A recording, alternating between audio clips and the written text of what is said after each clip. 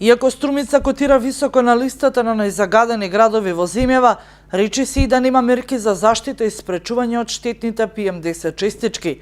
Сепак струмичани недоволно информирани за превентивните заштитни маски кои се нудат како алтернативна можност за превенција.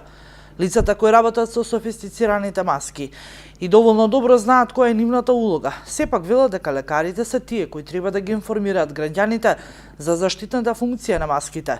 Интересот за маските е на минимум, а здравствените проблеми на граѓаните од загадениот амбиентален воздух секојдневно се зголемува. Значи, ги носат, има интерес, меѓутоа не е задоволително.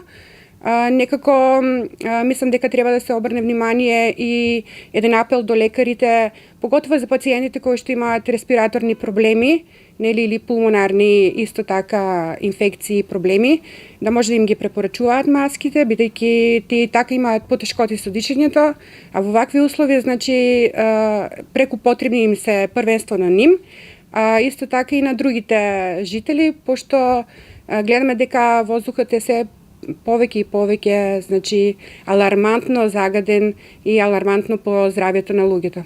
Граѓаните рече си да не знаат кој е вистинското значење на маските, а некои велат дека дури и ретко кога ги напуштаат домовите, кога е најкритично. Купувате ли маски? Не. А мислите ли дека ќе се заштитите со купувањето на маски? Па нешто можно е нешто. Што мислите, како да се заштитиме? Как ќе заштитиме? Дома ќе седам. Користењето на маски помага ли? Не верувам.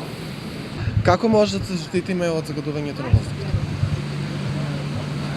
Па јас мислам и до сега го имало това загадување и многу се форсира. Не е баш така како ќе кажуват, заштитување нема, зимно време ќе е така. А користењето на маски помага ли? Не сум употребувал, може би требало. И најарно, ние старите и сите други да се седат дома повеќе отколку да иначе спаса нема. Некои општини во земјава веќе набавија заштитни маски од аерозагадувањето најмногу за децата, додека пак Министерството за здравство преку соопштение до јавноста информира дека е во подготвителна процедура постапката за набавка на заштитни маски, кои бесплатно ќе ги добијат лицата со здравствен ризик, а штом биде завршена набавката, маските ќе бидат поделени на пациентите, соопштуваат од Министерството. Синоќа во Струмица, PM10 честичките беа близу 600 микрограми.